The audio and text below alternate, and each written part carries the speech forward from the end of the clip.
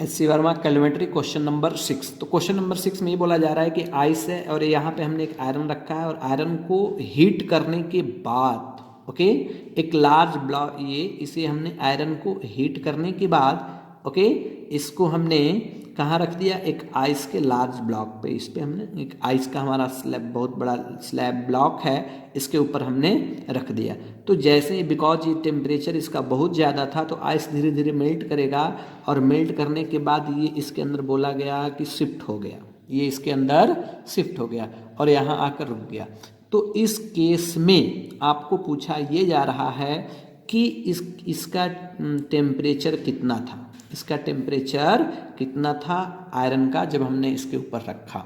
Okay चलिए तो solve करते हैं। इतना तो 100% कन्फर्म हो गए कि सर जैसे ही आयरन इसके अंदर यहाँ पे आके शिफ्टिंग रुक गया तो पूरे सिस्टम का यानी कि एट इक्विलिब्रियम टेम्परेचर, इसमें बात करेंगे हम लोग एट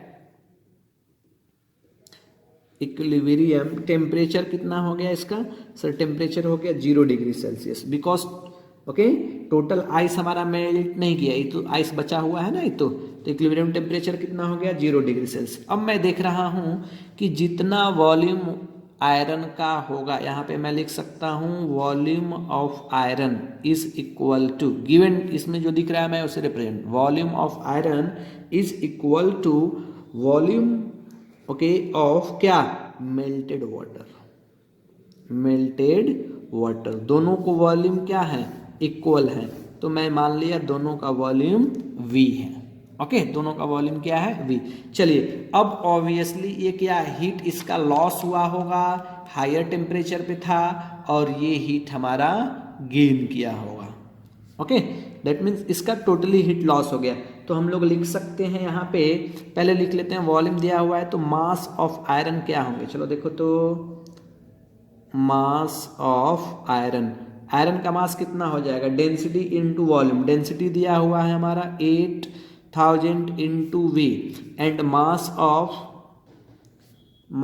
ऑफ आइस, कौन सा आइस जो यहाँ पे मेल्ट किया, तो दोनों को वॉल्यूम सेम है और इसका डेंसिटी दिया हुआ है 900 इंटू V, डेंसिटी इन दोनों का हमने अब कैलकुलेट कर लिया।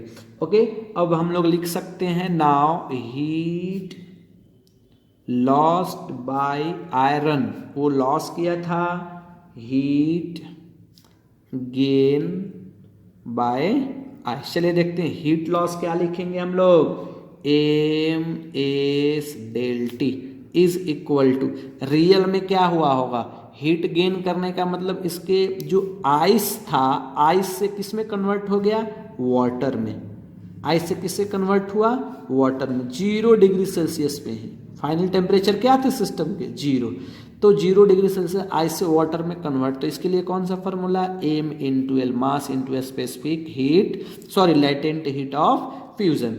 तो यहाँ से हम सारे वैल्यू को पुट किए तो मास, हमने मास ऑफ क्या, ये आयरन, आयरन के लिए है तो मास दिया हुआ है 8000 B, स्पेसिफिक हीट कैपेसिटी कितना हो जाएगा 470 इंटू चेंज इन टेम्परेचर, इसका हम लोग टेम्परेचर, तो initial temperature sir T, equilibrium temperature कितना हो गया 0 is equal to okay mass कितना दिया हुआ है इसका सर 9, देखिए हमने कैलकुलेट करके रखा है इधर।